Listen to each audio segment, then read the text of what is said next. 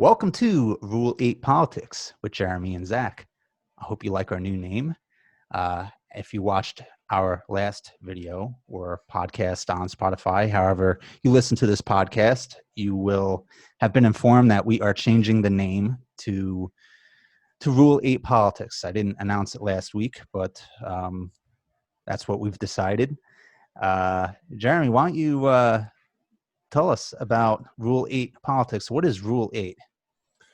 Yeah, so Rule 8 comes from Dr. Jordan Peterson's 12 Rules for Life. Rule 8 boils down to, or it is, always try to tell the truth or at least don't lie. And I think what it means to me in this context and what we're trying to do here in this podcast is try to be as authentic as possible and to not present information that we know to be untrue, to shed a light on situations as we see it, and to have a productive conversation around whatever it is that you might find. It's very well said. Jeremy and I are both big fans of Jordan Peterson. I definitely recommend you check out his book. I'll give him that little shout out right there. That's Jordan B. Peterson's 12 Rules for Life, An Antidote to Chaos. And every rule is very important in the book, but that one in particular, always tell the truth or at least don't lie, just for us makes so much sense if you're involved in media, because I mean, let's face it, most people in media do not abide by that rule. All right. We are going to do our best to never lie to you. We may get facts wrong every now and then, but it won't be on purpose. And when we do, we will do our best to correct them. Today, we're going to be talking about Trump's Supreme Court nominee, who he just nominated, Amy Coney Barrett. And we'll also be talking about the Breonna Taylor killing and the grand jury's decision, which they just made earlier in the week. So, Jeremy, I guess let's kick it off with Amy Coney Barrett. Trump just announced this. I mean, it was in the news all week. We knew that it was going to be her, but it just became official, I think, about 2.5 hours ago. How do you feel? Not too bad, really. You know, it's kind of like, Kamala Harris, but before, Biden officially announced her as a VP, like everybody could see the writing on the wall. It was going to be Kamala. And we were in a similar situation with Amy here too. So a couple things about Amy. She is, I believe, 46. So if she is appointed to the Supreme Court, expect her to have a very long career in shaping policy in this nation. And that's a lifetime appointment, remember. So she could potentially be on the bench for 50, 60 years, even with people living as long as they live now. So, right. Yeah. I mean, this is a big deal. Yeah. She, I don't have her whole bio pulled up right here in front of me, but from what I can remember, she was a professor at Notre Dame, and she was confirmed to sit on the Circuit Court of Appeals, the Seventh Circuit Court of Appeals, back in 2017. I do have those notes in front of me. Let me ask you real quick, how do you feel about her only have been appointed to the circuit bench just a few years ago? I mean, do you think she has enough experience to be a Supreme Court justice at this stage, or should she have been on the circuit board for the circuit board? I'll leave it at that. The circuit board. I like it. Right. Do you think that she should have done more time as a circuit justice? I think her. I guess a way to say, I think her character is more important here than what her experience has been on the bench. Mm-hmm. One argument that the conservatives are making right now is that she's had actually more judicial experience than Elena Kagan when she was nominated. So I don't think that experience is necessarily what the Supreme Court nomination lives or dies by. Yeah. Okay. Yeah, I think she's just an interesting pick overall. She something that I found interesting about her. You know, she's got 7 kids, 5 Yeah. biological and 2 are adopted from Haiti, and one of them has Down syndrome. So you know, I'm hoping that we have somebody who's very conscious about special needs people, and really takes that in consideration when making rulings.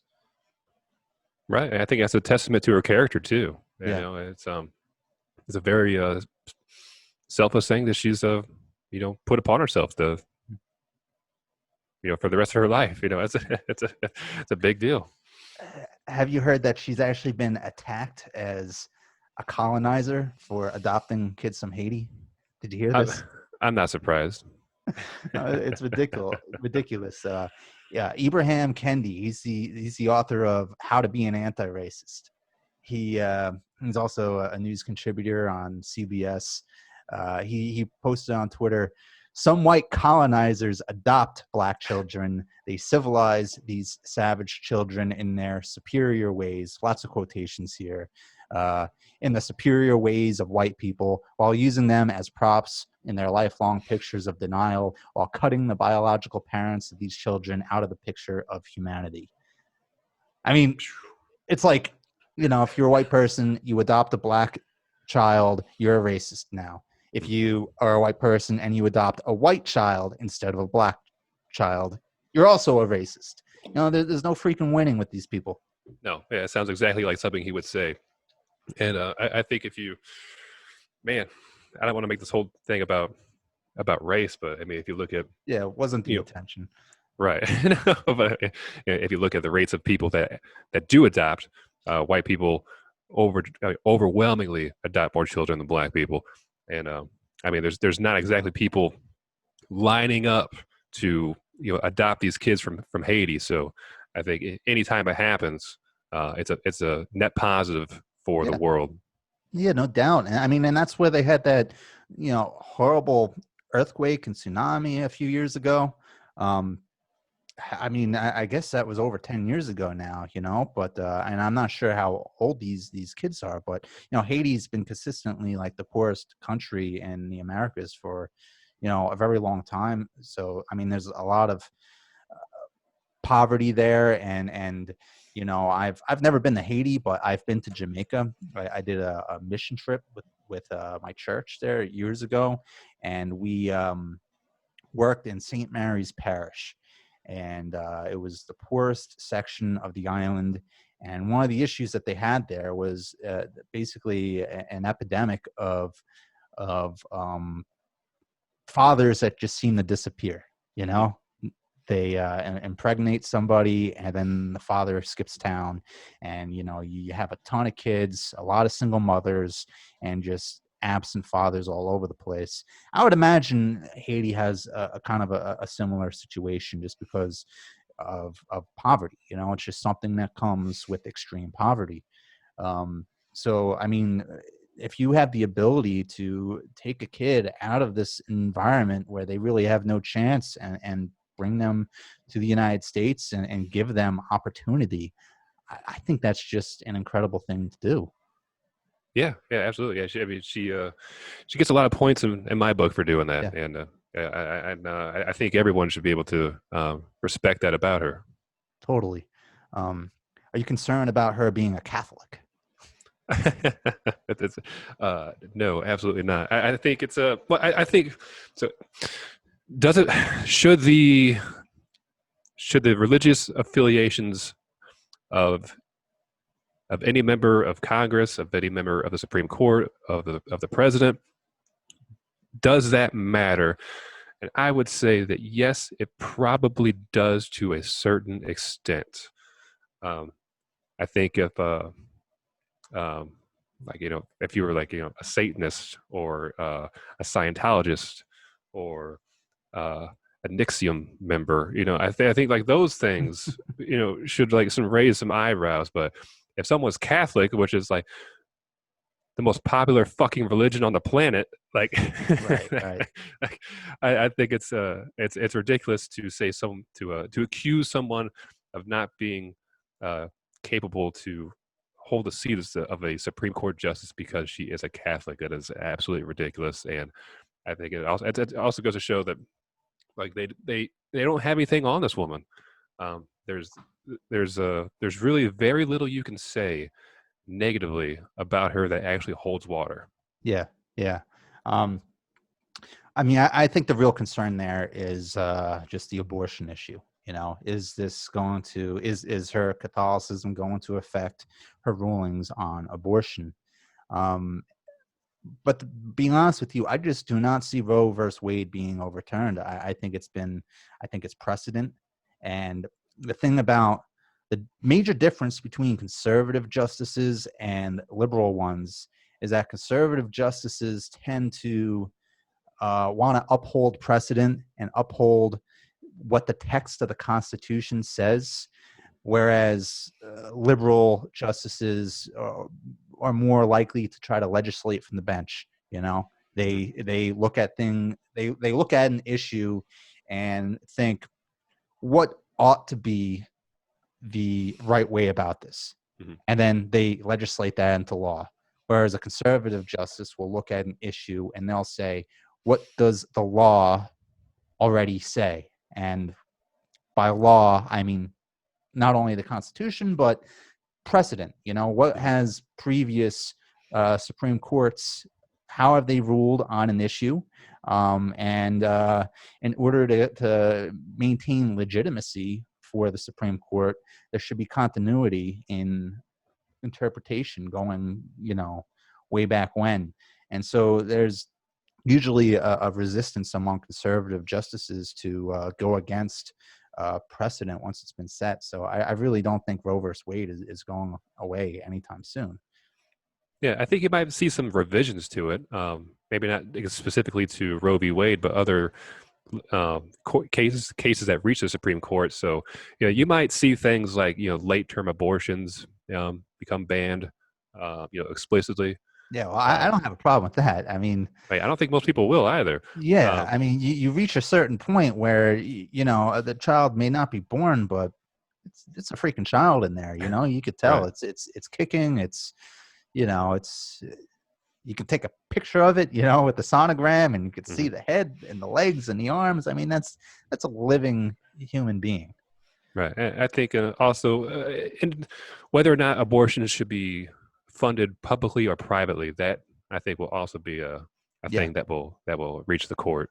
yeah, Um, which yeah, it's it's one of those situations where I don't really have a dog in the fight.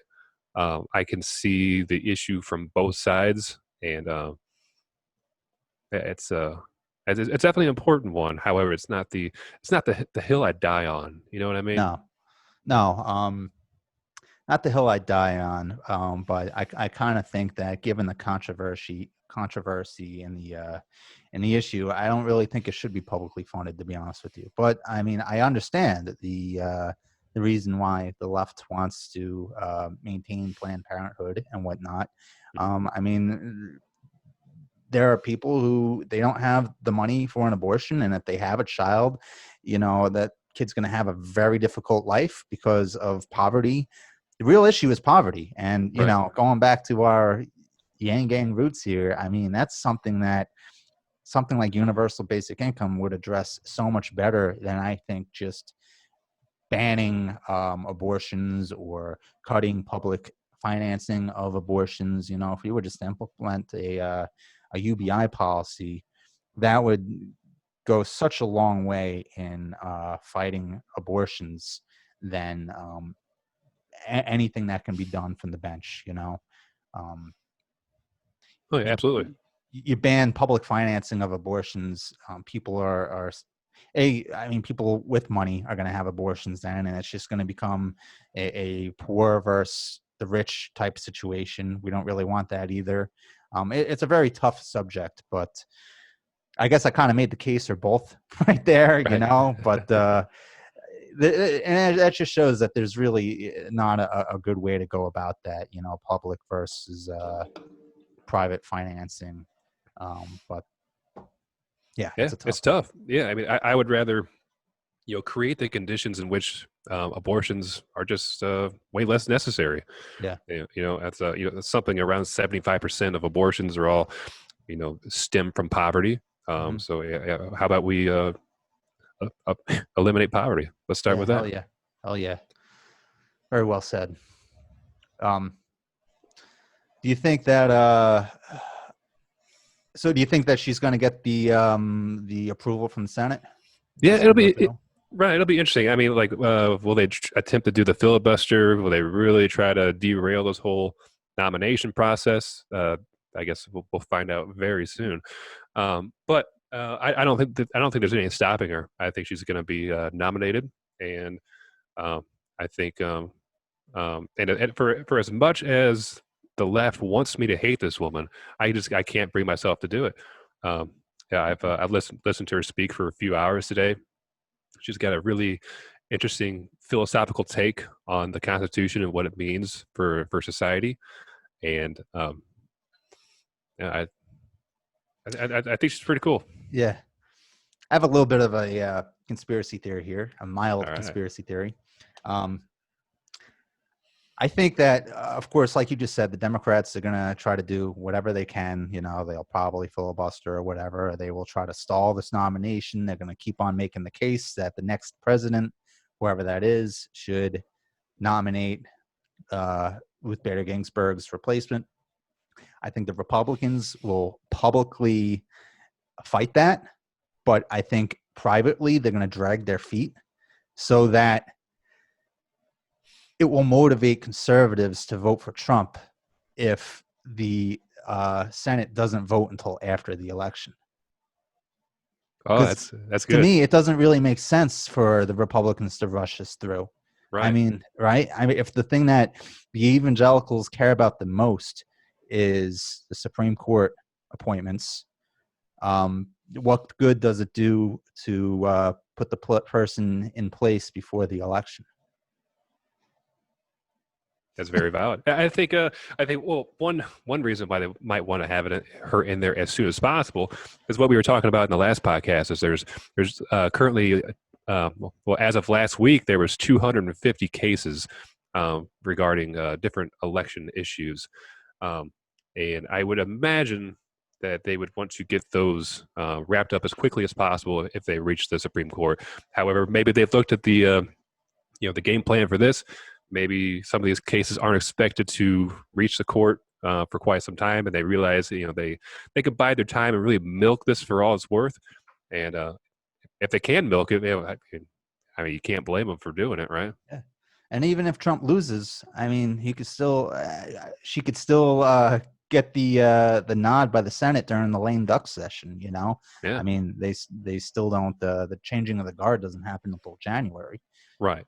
And So we're probably not even going to know the results of the election until December anyhow. So yeah, yeah, yeah, yeah, it's November 3rd is not like the hard date of where she has to be confirmed by. yeah. Um, which I think is very important for us to get a somebody in there. I mean, I guess it doesn't really have to be before the election, but it has to happen like soon because this election is probably going to end up being decided by the Supreme Court. And Mhm. I know Democrats keep on saying that the next president should get to appoint this person, but we're not going to know who this next president is going to be until the Supreme Court rules on it. That's something that I feel very strongly about. I think this is going to be a contested election, and we can't afford to have an even number of justices on the bench because what happens if there's a split decision? And it goes down to whatever the previous lower court's ruling was. That's what stands. So, Yeah, so even if it ends up in a tie, it's not the end of the world, but it also will even um, give less legitimacy to whatever the election outcome is. yeah, right. Yeah, I am concerned about the legitimacy there. It's a big deal, but I mean that's good that there is kind of a backup there that the lower court will Yeah. will decide it. But all right, a little bit of a scenario here. What happens if the Democrats win in November? Joe Biden becomes president, and the Democrats decide to pack the court. there's been talks about this. How do you feel about adding new justices to the bench? It'd be an interesting experiment. I think there potentially could be an avenue of where you could add more justices to the bench, um, to have a more diverse opinion from from the court. Um, I'm not all up to snuff when it comes to SCOTUS history. I mean, have we always had 9 justices? Has that always been the case? No, it's been. I don't know. I don't have the history in front of me, but it's actually changed a lot up until about 80 years ago. Earlier in the week, I was looking into this. Nowhere in the Constitution does it say how many justices there has to be. It's just basically something that the president and Congress decides on together through enacting a law, just like any other law. Mm. So it's been constant at 9 for about 80 years now, but before that, it's changed many times. Yeah, so yeah, I think there's a good argument to expand it. I definitely don't think there's a good argument to reduce them. I do think 18-year term limits would be phenomenal, or even or maybe you can even do 16. So to really coincide with each presidential term. I think if you could work out a system where each president nominates, well, depending on the size of the court, but each president gets to nominate 2 Supreme Court justices as a given, like going in, like it would relieve so much chaos if Yeah. like when this president is elected, you will know that he will nominate at least 2 Supreme Court justices, 2 for sure, and anything else is from like extreme circumstances such as death or someone steps down or what have you.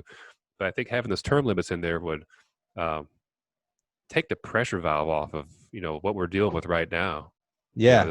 This will be Trump's 3rd Supreme Court pick, and it's also likely he could get a 4th in the next go around. So, real quick, are you getting any static from me? Any interference? No, sounds good. Are you getting it from me though? I'm having issues with my speaker here. I wasn't sure if it was going through on your end, but if it's not, that's fine. I thought Pete Buttigieg, actually, of all people, he actually had a pretty interesting idea, and this is something that he was talking about during his campaign. He was talking about expanding the number of justices from 9 to 15. 5 would be affiliated with Democrats, 5 affiliated with Republicans, and the remaining 5 would be apolitically appointed by the first 10. Oh, that's awesome. Yeah, that's actually really smart. Yeah. Funny Yeah. thing about Buttigieg and Amy Barrett, both from South Bend. Yeah. Small world. Interesting. All right. Do you have any other points on Amy Coney Barrett? I think I'm out of points here. I think kind of going back to like how we got here. When she got nominated into or confirmed into the 7th Circuit Court, there were 3 Democrats that broke party lines and voted to confirm her. First one was Joe Donnelly of Indiana. So Joe Donnelly was in terms of a Democrat, he is, probably most people would probably refer to him as a Democrat in name only. Very conservative guy. He was considered to be the most conservative Democrat after Joe Manchin, which surprisingly enough, Joe Manchin voted to confirm Amy for the circuit court. But this I think he also publicly supported Trump during the election last time around too, right? God bless him. Yeah. Out of what is it, West Virginia, I believe. Yeah. It's our mutual friend Richard Ojeda has a lot of things to say about West Virginia politics and how the Democratic Party operates within there. But the last person who nominated her, I think is very interesting. A somewhat oftentimes forgotten name of Tim Kaine. Yes. Yeah. So for those so people that may have forgotten, Tim Kaine was the former governor of Virginia from 2006 to 2010. He was the chair of the DNC in 2009. And decades ago, in 2016, he was Hillary Clinton's running mate for president. So she's got bipartisan support. You think there's going to be any Democrats that vote to confirm her in the Senate? Joe Donnelly, he got voted out. He got replaced by a Republican. Joe Manchin's still in there.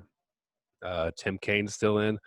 I mean, I wouldn't be surprised if these two vote for her again. I guess because of their, it would be politically disadvantageous. Yeah. I cannot say the word right now. It would work against them if they voted against her. Dishonest, you know. Dishonest. That too. It'd be very politically awkward for them to vote against her.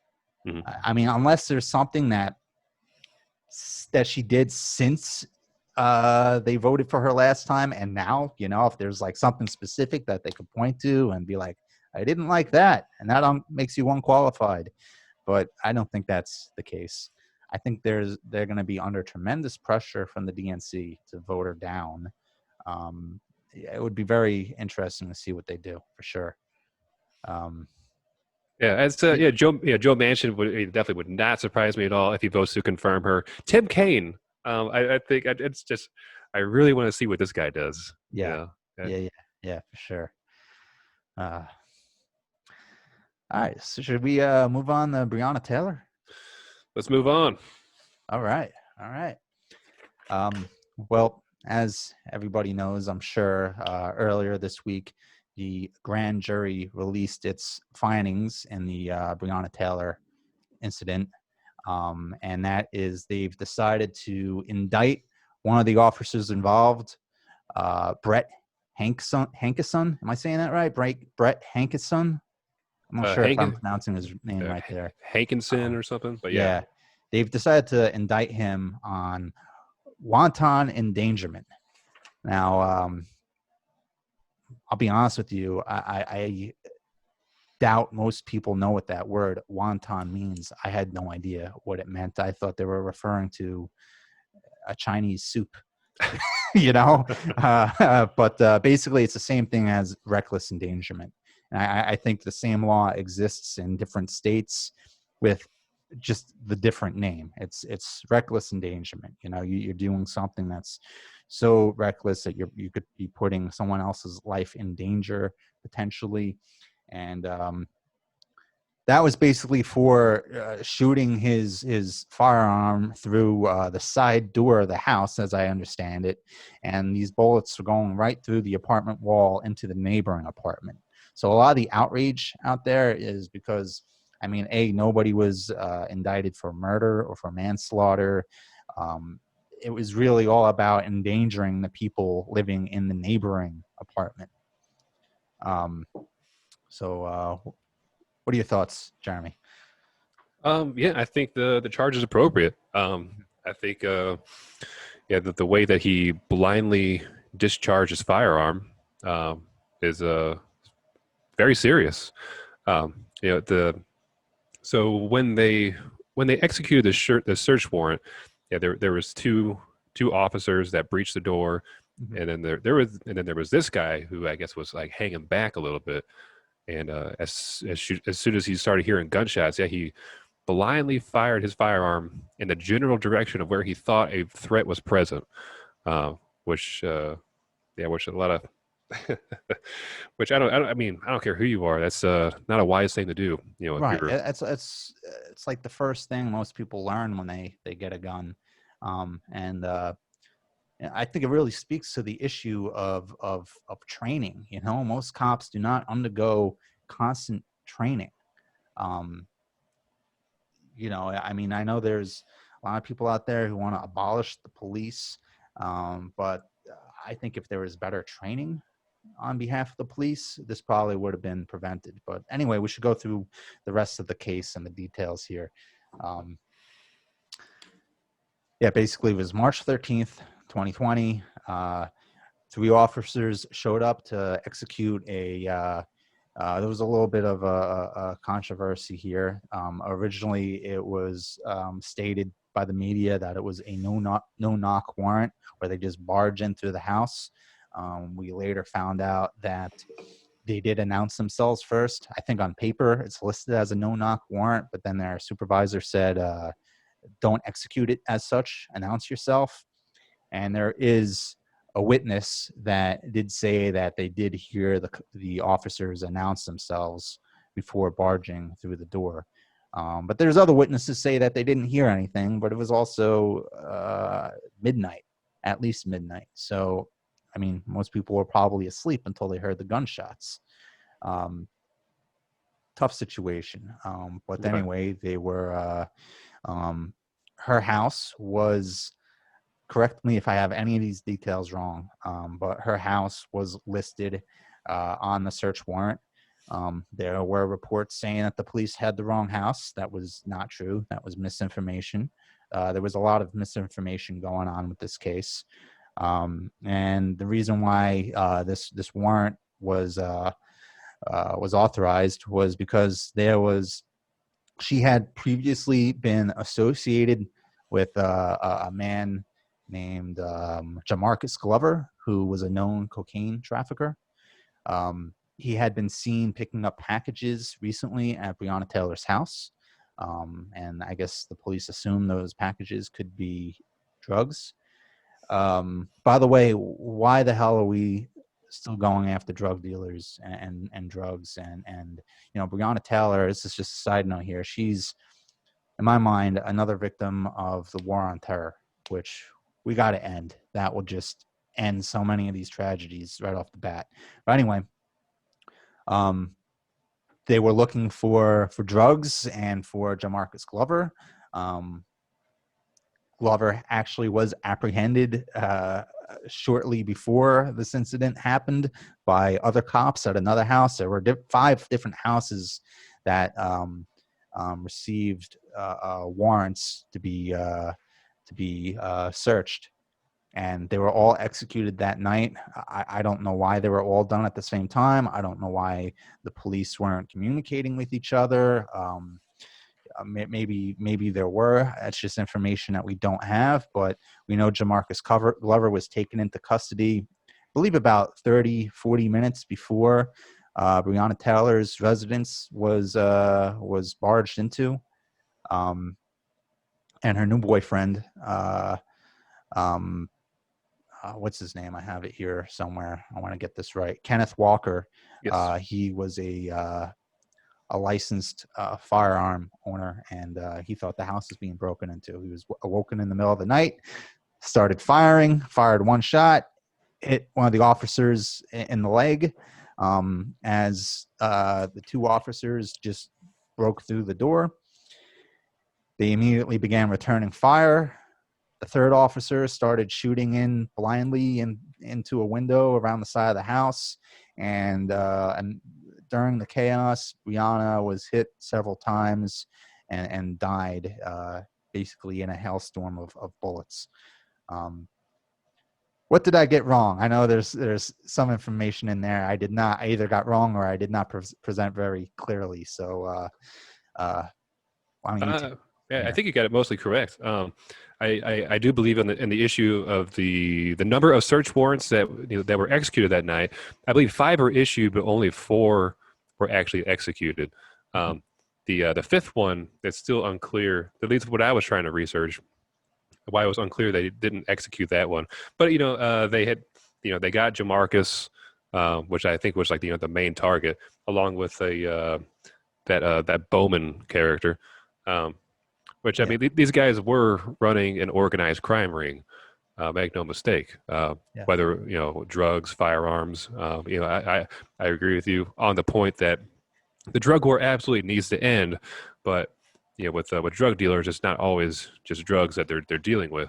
And I think it's important to, for when we discuss rolling back the war on drugs, it's not going to be a solution to ending problems such as this. I think organized crime rings will definitely still continue to exist, and we will have to continually have to root them out.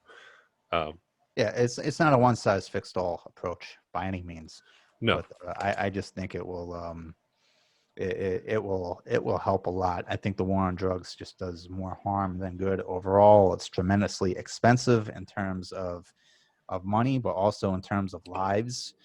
Yes, drugs take away lives as well, but I mean, ultimately, if somebody is injecting heroin and they die from that, it's a tragedy. But I mean, at least it's their own doing. right. It's not the state taking away somebody's life in pursuit of protecting other lives. And then you have these controversies and these outbreaks and outcries in our communities and violence and upheavals. And, the war on drugs is potentially much more destabilizing to our society, especially now in 2020, than maintaining the war on drugs, just in my opinion. Mm. But yeah, I mean, terrible situation. I mean, Breonna Taylor should definitely be alive today. It was just through a Oh, series yeah. of unfortunate events of her life was taken from her.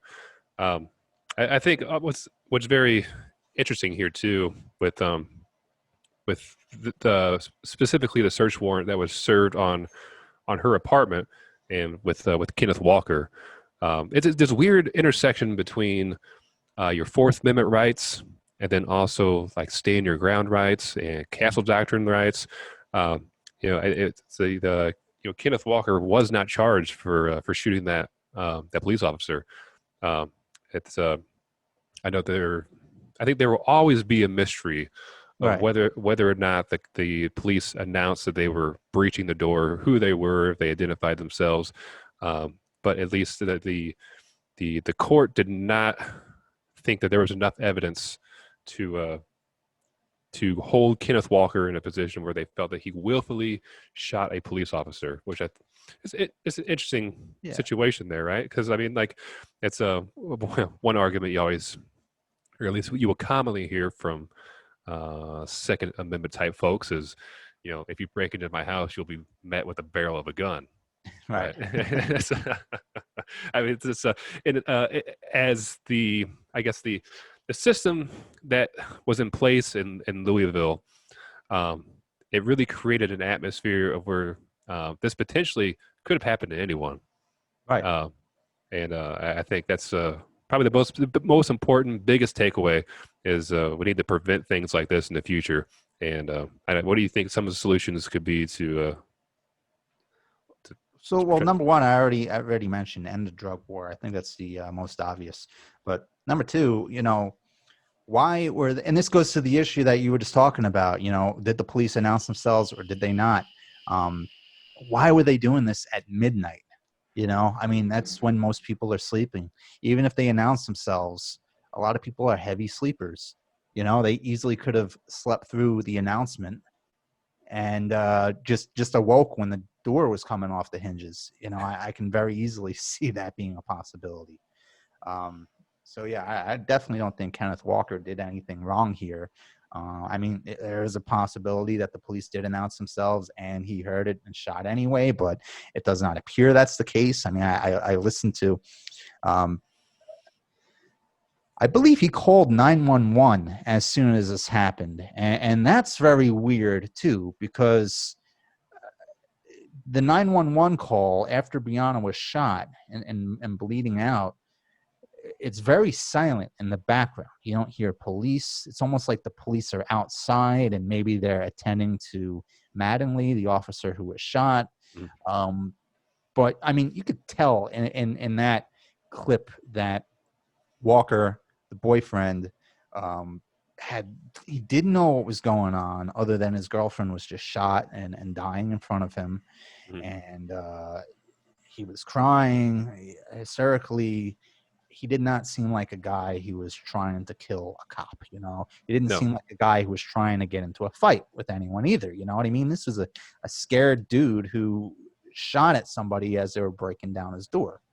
Um, so how you asked, what could we do to make sure this doesn't happen again? End no knock warrants But I mean, even just executing a search warrant at midnight, I mean, I don't understand what the need for that is. Um, unless there's, that there's an imminent threat to society, like there's a guy,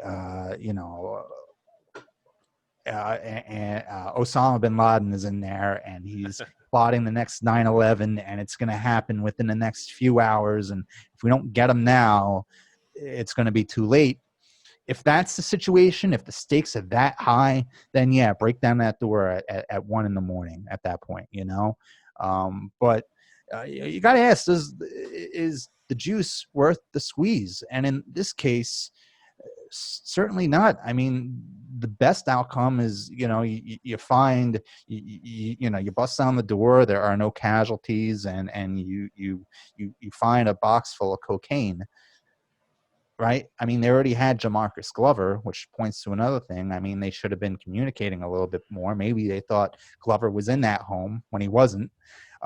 So they got to increase communication. But I mean, if they were just looking for drugs, is the juice worth the squeeze? Breaking down a door at midnight while people are sleeping just to hopefully find some drugs? No, do that during the day.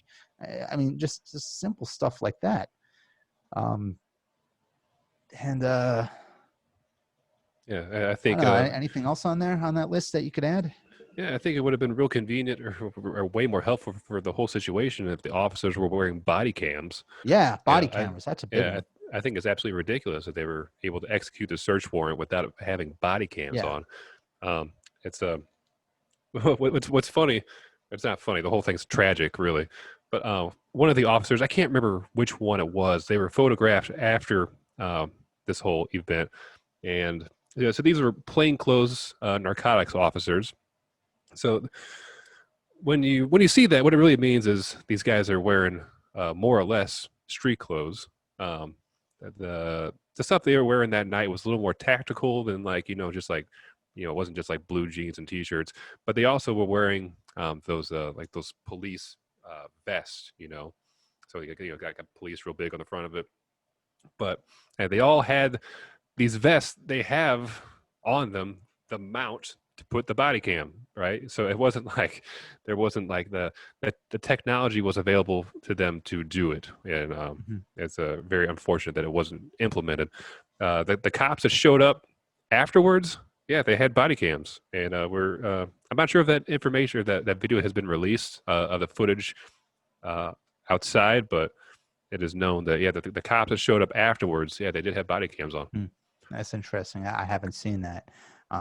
But there is no reason for police officers today to not have body cameras on. I mean, the technology is there, obviously, and it protects everybody. It protects the suspects, the victims, and the police. I mean, everybody involved in any situation. A body camera is just going to help us get to the objective truth, and that's really what law enforcement should be about: is just getting to the truth and enforcing the law. I mean, the only reason not to want to wear a body camera, in my mind, is if you're trying to hide something. And I think we should not be demonizing the police. I absolutely think that we need them. I think the calls to defund them are ridiculous. But when cops keep refusing to wear body cameras, it kind of makes me want to reconsider that stance a little bit. You know what I mean? It's Right. just like, come on, it's the easiest thing that you could do that would fix a lot of these problems. It seems like in just about every controversial situation that we have, the cop isn't wearing a body camera. Not in this case. It's all of them. Right. Yeah, many of them. Yeah, and I think the refusal to wear a body camera definitely doesn't build trust within the community or support for the police department. It's a terribly short-sighted decision, and every cop needs a camera. Not to say that a plainclothes narc needs to have a body cam all the time. No, I'm not saying that. But if you're executing a search warrant, you absolutely fucking should be. I understand that these officers are, they're not always in a position to just like slap one on. but Right. yeah, considering the nature of their work. But But this man, type of situation, they could have had him yeah, on. There was a lot of yeah. preparation that went into it. Mhm. Yeah, if what you're wearing has the fucking word police on it, yeah, you should be wearing a body cam along with that. Yeah. I mean, even if you're undercover, I mean, they make small little body cameras nowadays. You know what I mean? They could hide it and like make it look like a button on your shirt. Yeah, I mean, yeah. Well, they got those well, James Bond well, cameras. right. Yeah, they even do in some situations. Say, so, yeah, perhaps I'm misguided or short-sighted in the way I'm looking at the situation. Yeah. So, yeah, Did you cop by for every camera. chance? Yeah, Yeah. it's just so obvious, so obvious. Did you by any chance look into the history of this Brett Hankinson officer? I did not know. All right. So first of all, right after this situation, he actually went AWOL for a few hours. He disappeared while all the other cops showed up for backup.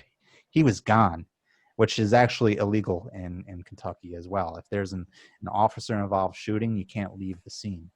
Um, he disappears. Eventually, he comes back. Nobody knows what he was doing. And after his name became public, um, all these prior complaints against him started coming to surface. There are more than 20 accusations against him, including sexual assault accusations. Supposedly, a few months prior, this one particular, I saw this video of this woman talking about this experience she had, and it was very compelling. I mean, it has nothing to do with this case, but it does talk about the character of the officer. Mhm. And, I mean, the character is very important when you're talking about a guy who is just blindly firing a pistol through a window, endangering a bunch of people, right? So I do think character is a little bit. I'm not a believe all women type person here, but I do think this case that this woman was putting forward was very compelling. She was at a bar with some friends, and she at the end of the night she starts walking home, and this officer was a security guard at the bar, and I think he was leaving at the same time or something. And he asked her if she wanted a ride, and she gets in the car, and immediately he starts like touching her leg and stuff, saying, "Come on, baby, let's go to my place, whatever," and just really being very handsy and physical with her, and she was not into it at all. And she basically had him drop her off in the front of her complex and didn't really show him the exact unit that she lived in. And she filed a complaint the next day, or she had a friend file a complaint the very next day. And that complaint was just buried at it was never looked into. Hmm. And it turns out that there are a bunch of women saying the same thing about this guy, and the Louisville Police Department buried all of these accusations. So Wow. this guy potentially shouldn't have even been on site. He shouldn't have had a job at the time if the Louisville PD actually looked into these accusations sooner. No, that's wild. No, I was not aware of that, but yeah, it's he's definitely not the best judge or not the best at decision making. So something like that does not surprise me at the least. Yeah. Um, it's a crazy job being a police officer. You're under a tremendous amount of stress. Today, most of a lot of people hate you just for being a cop. I couldn't imagine having that kind of job. Every day there's a potential that you could be killed. Just two cops were shot during the riots after this grand jury announcement. So your life is in jeopardy every day. There's a very good chance that you could be killed, or one of your buddies could be killed, or you could be involved in a shooting where someone else gets killed, and then all that's very traumatic. Um, and it's just blows my mind the lack of mental health evaluations that the police undergo. I think in some cases when there is an officer involved with shooting, that they do get some kind of guidance and whatnot, but it needs to be ongoing, checking up on these people, making sure that they're healthy, both mentally and physically. I mean, some of these cops can't even jump a fence. Let's be Right. honest with you. You know what I mean? Yeah.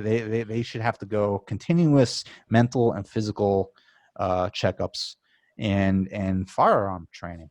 I mean, a lot of them they learn how to shoot when they first get their gun and join the department, and then that's basically it. Mhm. Um, I think Jocko Willick on the Joe Rogan podcast was talking about this, and he was basically saying, forget if he said 1 day a week or 2 days a week, but basically 20% of a cop's time on the force should be continuous training, at least. And I think that's just so obvious, but it gets so little attention. It's Mhm. just defund the police is the knee-jerk reaction, and it's not the right answer. In order to undergo continuous training, you need to increase funding, if anything. Yeah, I agree. Yeah, I'm not sure if there's a magic ratio, a percentage time that needs to be spent on training. I just think probably just in general the quality of the training they receive just needs to be improved. Hmm. Um, I think a lot of the quote unquote training they get is hey, sign this thing or attend this class, and it's really just more of a formality of motions and paper pushing than actually improving the quality of the officer itself. Yeah. So I think there's a lot of things that need to be addressed in that field. I think one thing that can always be used against us, or not used against us, but one thing that people will never let down is most other countries don't have this problem, right? Right. As Right. it's a uniquely American thing. So there's definitely solutions out there that we can adapt from other societies, and improve the quality of life here. I think part of it, though, is most countries don't have the racial diversity that we have in our history with racism in this country. So, I mean, that just makes it all very, very difficult. I mean, all these cases are viewed through a racial lens, and when you're talking about police brutality, you can't really separate that from systemic racism and all of this. So again, I mean, there are statistics that point to the police actually, on a proportional basis, killing more white people every year. I think if you factor in crime rates and whatnot, but I mean, it's a very sticky area, and I'm not a statistician, but the racial component that we have is uniquely American, and even if a country like um, France has a lot of police shootings each year. I don't know if they do, if they don't. It's probably not going to get the same amount of attention there because they don't really have the same history with slavery and segregation and Jim Crow that we have. And of course, our poorer communities where there is the most crime is where you're going to have the police. Those are also the communities of color, and all of that just creates this cocktail where each incident looks like on its surface the result of racism. And I mean, honestly, this specific case, I don't think race was a factor at all, but it looks like it on the Right. surface. It looks like so many of these other cases.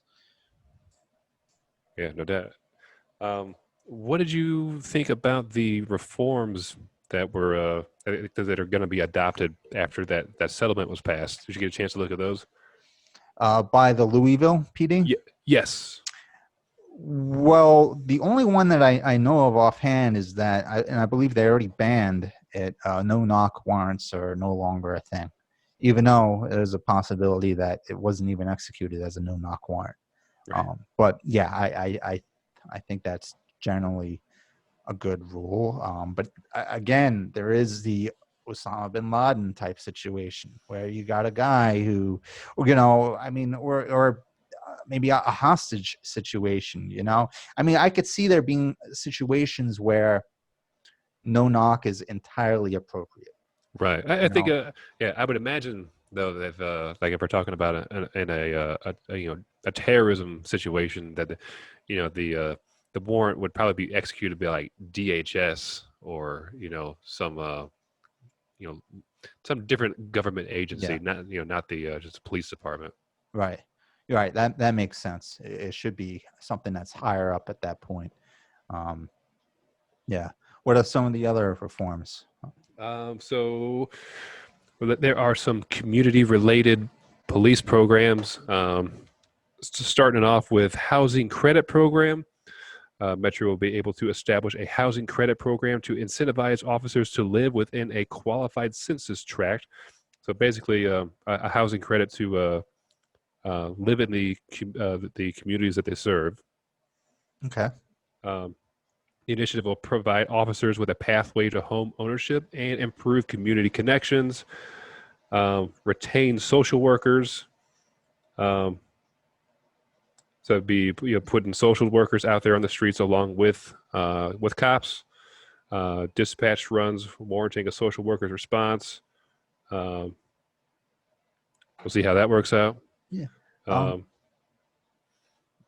did you uh, know, this just came to mind as you said that there actually was an officer who lived in that complex, like a few doors down from Breonna what? Taylor. No way. No. Yeah, and he wasn't involved in the case, and Whoa. until he heard the gunfire and stuff. He went outside to see what was going on at that point, but he didn't know this was going down. Wow. I would think he would have been one of the officers involved if it was his community, his complex that we're talking about, right? Yeah, I didn't know about that. That's wild. Yeah. Um, and I believe this shouldn't matter, but it does. I also think he was an officer of color too. So I mean, it would have deracialized the situation too. So he definitely should have been involved. Um, Yeah, it only could have helped. Yes. yeah. He probably would have been less likely to discharge his firearm in his own apartment complex. Right. Right. But going through some of these other reforms, community volunteering. Metro will encourage LMPD to officers to volunteer 2 hours per pay period during their regular work shift at an organization in the community they serve. That's sounds good. We'll see if anybody actually does it, but looks good on paper. Mm-hmm. Search warrant reforms. We've talked about those already. And then we get into some police accountability reforms when it comes to currency seizures, that they have to have a body cam on, which I think is Obvious. Yeah. yeah, it's just interesting that they singled out currency seizures. I wonder Well, what's I been. actually think that was another complaint against Officer Hankinson, that he had taken money off people before. Yeah, I would imagine that. Yeah, there must be a history of issues with this if it's Yeah. going to be put into this legislation. Yeah. And that is, I should just fix that. I think he was accused of kind of like robbery, like not legit seizing money from people, but just like taking it but not reporting it, and then all of a sudden these people, they go through the system and their money's just gone at the end or something. Jesus, I don't know. Yeah. that's terrible. Drug testing has been put into to this. All officers are subject to random testing. Metro agrees to include yada yada yada. So I guess we're going to try to randomly drug test officers at undetermined periods of time. Mm-hmm. That's interesting. Okay. I mean, if they're going to be busting people for using drugs, we should probably at least make sure that they're not on them themselves, right? I suppose. Yeah. Hmm. Yeah, that's really it. It's I mean, it's a good step in the right direction. Yeah. I think it doesn't. It's definitely not going to solve all of our policing woes, but No. it was cool that they did it because they probably honestly probably didn't have to. Yeah. Um, so back to the grand jury decision. I think you kind of said that you kind of agree with the ruling, and I think I do too. Um, although I do think that if if anything, it needs to be investigated further who made the decision to issue this warrant. And there are still some. I still think that somebody else should be in a little bit more trouble. I just don't know if the officers involved were not involved with the investigation at all. They were basically just sent to execute this warrant, right? So somebody authorized this. There was also a failure of communication, because we know that Glover was already apprehended before they busted into Taylor's house. That needs to be looked into. Where was the communication? Who was overseeing this whole investigation and whatnot? And I actually think the guy who was overseeing it and who basically applied for the warrant, I actually think he's been reassigned duty within the police department to something else. So it's like they kind of know that something wrong was done there, but the public attention has not been on that part. It's really just been on the officers that were directly involved with the shooting. So I'm not saying that this officer who authorized the search warrant should be charged with murder or anything, but it might be appropriate to charge him with something. Um, so yeah, I don't know how you feel about that. Um, oh, you're actually on mute. Yeah, sorry about that. Sorry. It was a Detective Joshua Janes Yeah.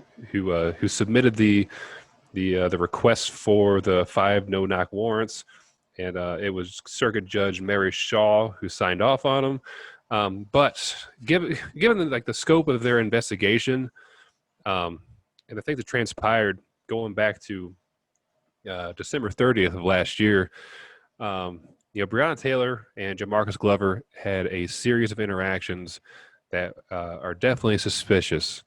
So I think of if I'm viewing the evidence that was submitted, um, I don't see how a warrant could not have been issued. Mhm. Some very questionable interactions. Um, going back to 2016, there was a situation with a rental car that Breonna got for Jamarcus. Jamarcus lets a guy borrow it. Guy ends up shot dead inside it. There's also other. So this is a car that was in Breonna Taylor's name, a rental Right. car, Yes. and there ended up being a dead body in it. Yeah. Yeah. It was Yeah. So a. I mean, Yeah. that's kind of a big deal right there. Right. Yeah. The guy that was shot dead was his name was Fernandez Bowman, which his brother, I forget his first name, but his last name was also Bowman. He was arrested in those raids that occurred on March 13th. And this other Bowman and Jamarcus Glover, Breonna Taylor, I believe she had previously bailed them both out of jail a few times, more than once.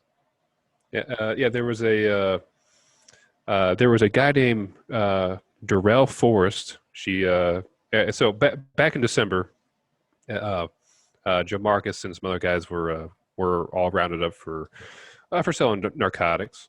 Yeah, Brianna posted bail $2,500 to get a Darrell Forrest out that evening. And so after that initial December 30th interaction, the police set up a surveillance. I guess everyone who they thought was involved here.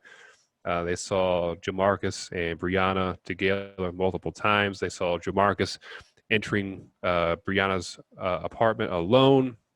They saw Breonna at known and expected drug houses, and even after the raid that went down on March 13th, there was an interesting phone conversation from with Jamarcus from inside the jail, in which he talks about how he gave Brianna like $15,000 and how she was handling the money for this operation. Um, so it's all very interesting in the way this played out, right? It's like I think there was at least there was substantial evidence for a warrant to be granted when it came to Breonna Taylor. Yeah, yeah, and yet, if you just listen to the mainstream media, she was in EMS, and Right. it's just all good stuff. Which, look, I'm not judging her character here at all, but I mean there are definitely, you just laid out these connections to this Glover guy, who was a known drug dealer. I mean, there was a body found in her rental car. I mean, there were many reasons for a search warrant to be issued for her apartment, and also for the police to be on edge when they were showing up.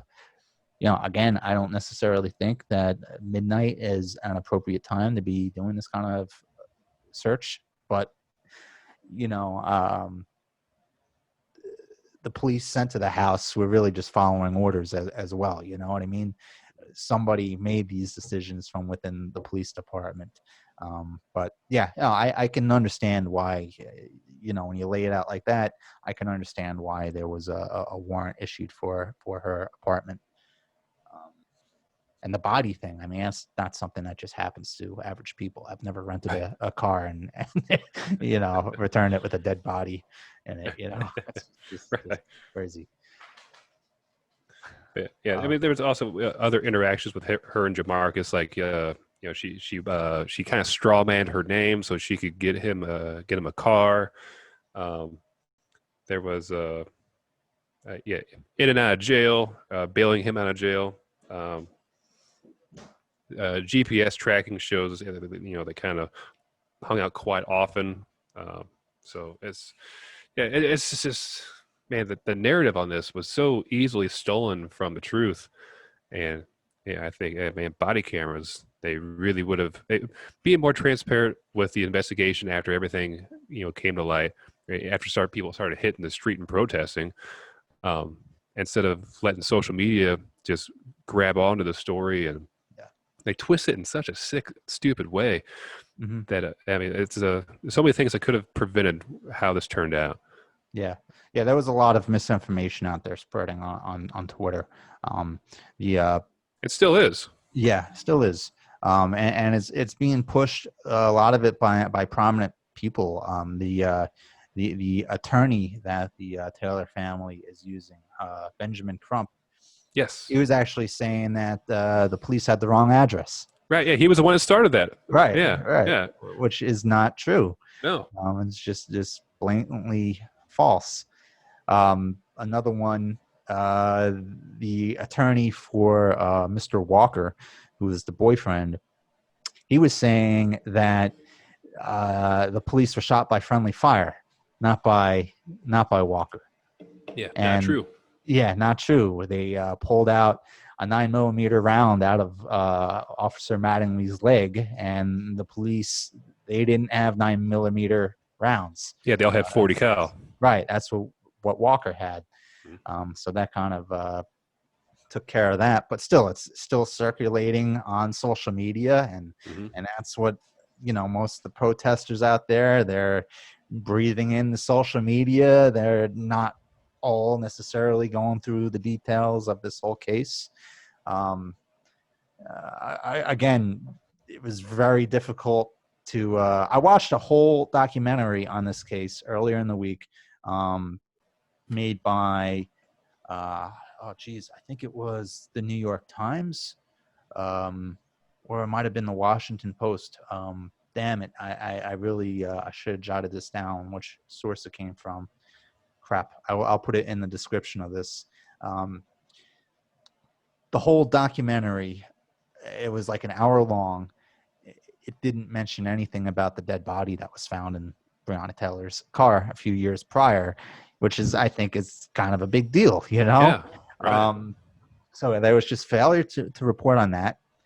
And then there was the whole Daniel Cameron thing, being married to Mitch McConnell's granddaughter. You hear about that? What? No, no. So What is Daniel this? Cameron is the attorney general who announced the grand jury's decision. Uh, And he's kind of a political figure. I don't necessarily think it's a good idea for attorney generals to be speaking at party conventions. He spoke at the Republican National Convention. He's a big-time Republican and Trump supporter. He is black, which makes all the BLM people really hate him. They see him as a race traitor and all this.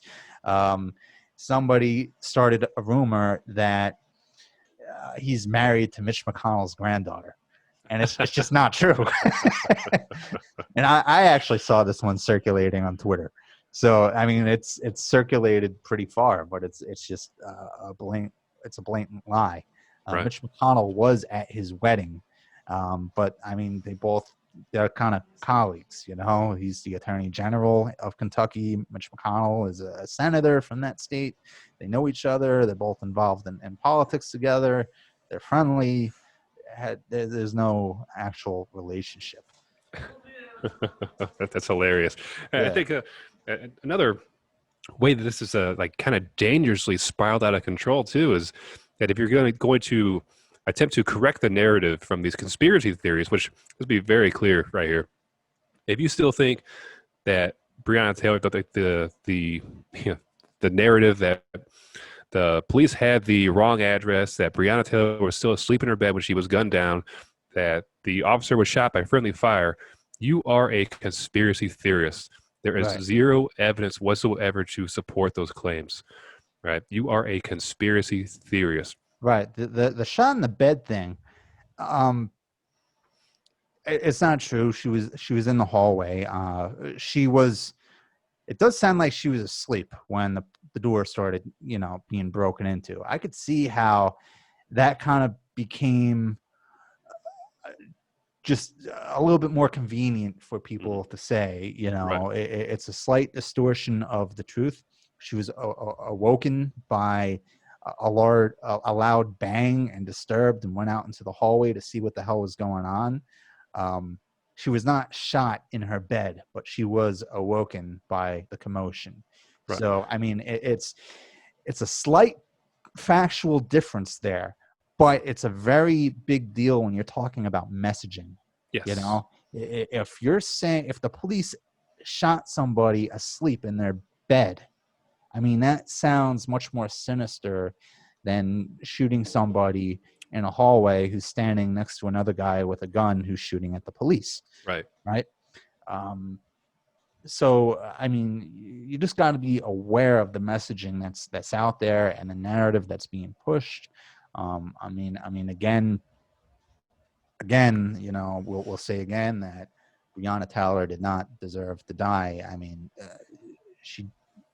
other than these weird connections with Glover, she does seem like she was a very good person. And in this documentary that I watched, either by the Washington Post or the New York Times, once again, I'll put it in the description of this, whatever the hell it was I watched.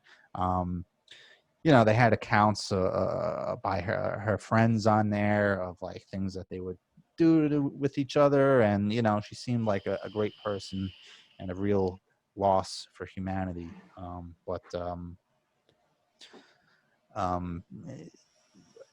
That should not be used to co-opt the truth and what really happened. The objective facts, the good, the bad, and the ugly are all very important. And, that's what justice is. That's what true justice is. It's getting to the truth, to the heart of the matter, and making the appropriate decision based off the facts. Nailed it. Yeah. Absolutely. Yeah, I think what's so crazy about this whole situation now, though, if you go online and see this stuff still being circulated on Twitter, if you try to join the discussion and correct the narrative, well, you're ousted as a racist or a white supremacist or a bootlicker or that's all this crazy stuff. The bootlicker one is it's like a new one that's starting to go around. it's just absurd, you know. Yeah, you stick up for the police, you're a bootlicker or a Nazi or a fascist, and Right. it's so toxic, the environment that we're in.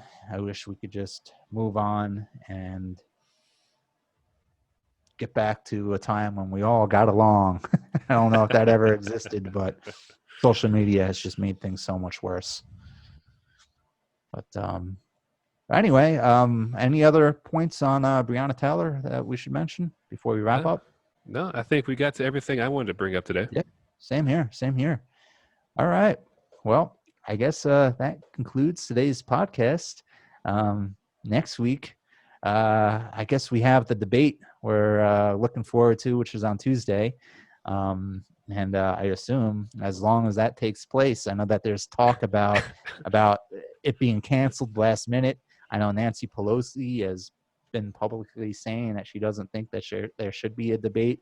So we'll see if it happens. But provided it does, I assume that's going to be the most newsworthy thing of the week, which means we'll be talking about that in the next podcast. So I wish you all a good week. Be safe out there. Any last words, Jeremy? Thanks for tuning in, everybody. I really enjoyed doing the research to get ready for this podcast, and I am really excited to cover the debates next week. Yeah, this is the fun one. All right. Goodbye, everybody.